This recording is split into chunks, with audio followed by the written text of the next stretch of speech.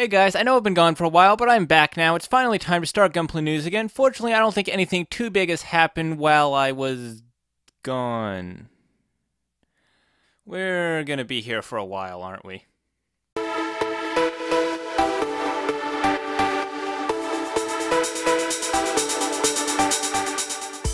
Hello and welcome to Channel 2S. I'm your host, Second Soundwave, and the All Japan Hobby and Model Show just happened, so it's time for me to stop being a lazy bastard and bring back Gunpla News. By far the biggest showpiece at the event was the perfect grade Gundam Exia.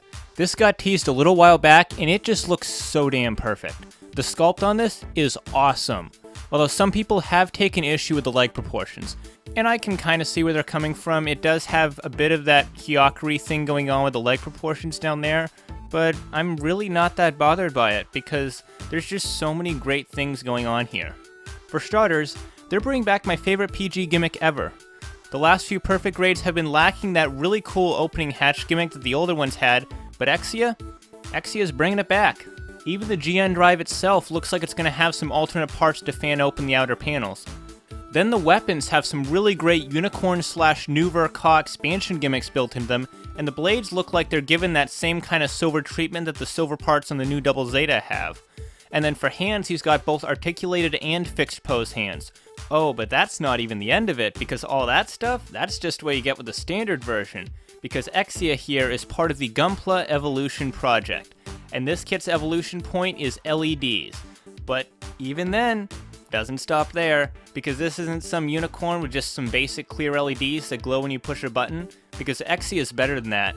Exia's LEDs first illuminate the condensers, the eyes, and all the other vital parts, and then they spread throughout the GN cables, making it look like the power is flowing through the whole model. And then it goes Trans Am. Yeah, this kit is no joke. Back when the Unicorn first came out, I was really not impressed with its $100 LED upgrade set, and while the Exia's LEDs really aren't any cheaper, they do feel like they're worth way more of that price tag than the Unicorns. There's not really any way I can afford to get the kit this year, but that doesn't stop this from being really close to the top of my want list. So when the Double Zeta Ver-Ka came out, it had this tantalizing bit of paper in the bottom of the box. It teased an enhanced Double Zeta Gundam upgrade set, and that is exactly what we've got today. The differences here are pretty minor, but it's a nice option to have.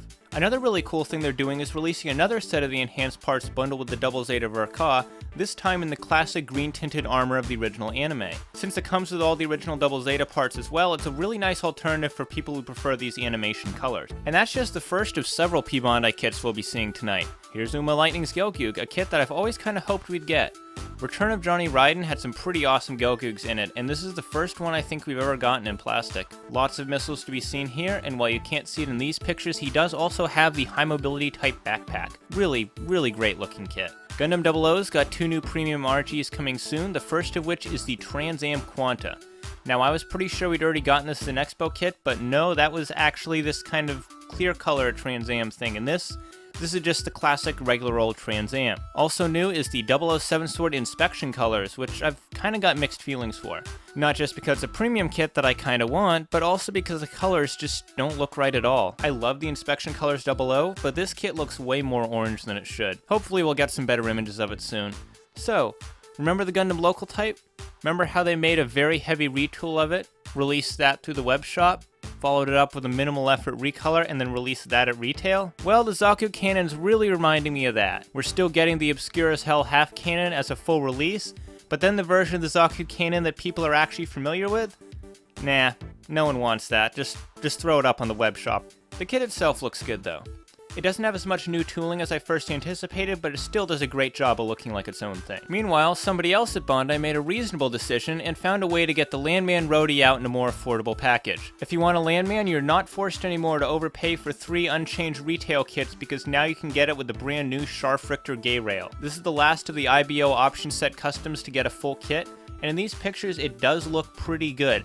However, it's important to keep in mind that there is no color separation of any kind on the new pieces. You're still going to need to do a hell of a lot of painting to get this thing to look good. That said, it is still a much more attractive package than the Tekadon set. Of all the weapons in IBO, none are more infamous than the Dainslief. but oddly enough, it never showed up in any of the option sets. But now it's finally been recreated in plastic on the Arianid Fleet Graze. There's no release info yet, which leads me to suspect that this is probably not going to be coming out until next year. Also, it's going to be premium, but really there's no surprise there. Now that's not everything they brought to the show. There were a couple new Mecha Girl variants teased, a Fumina and a Gyanko. There was a set of BB Sentry kits with some chrome parts being sold through the web shop, and then they also had this, a Gundam Marker airbrush. It's not the worst idea, but these kind of airbrush setups are usually pretty terrible. The pressure's inconsistent, the spray is really hard to control, and they're just generally meant for less precise work than model painting. Plus, the air cans actually add up and cost really quick. This is honestly less of a tool and more of a novelty. Finally, let's talk about Dragon Momoko. If you don't already know, Dragon Momoko is a Gunpla bootlegging company based out of China that in recent years has gone past just making straight knockoffs of Bandai kits, and has begun producing some of their own variants based off of less popular designs. Their Blue Frame Astray 3rd form model was just put up for pre-order a few days ago, but then on Thursday word began to spread around that they had been shut down, and sellers even went as far as to cancel pre-orders for all of their upcoming kits. Then on Friday they said that everything was fine and they just had to postpone production for a little while. Then on Saturday morning the news came in that they were indeed done for.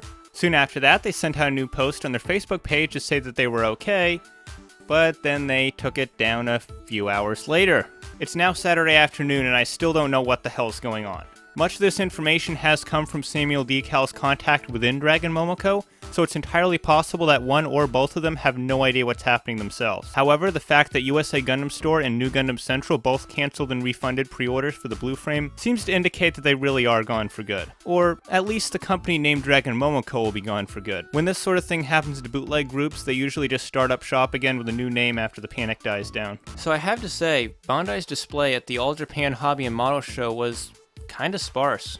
I mean, yeah, PG Exia, that was cool, but everything else they brought was just some premium stuff and not even really that much of it at that. I personally was hoping for a new Re 100, a couple HGUCs, maybe a Build Fighters kit or two, something like that. Now again, Exia is nice, but that was kind of it. Oh well, that's all for tonight. Thanks for watching, and thanks again for sticking around for the last week or so. I don't really have a good excuse for disappearing that long, but I am back now, and I'll try to keep back up to my usual schedule. Thanks again, leave a like, subscribe if you're new, and as always, I'm Second Soundwave, and I'll see you next time. Take care, guys.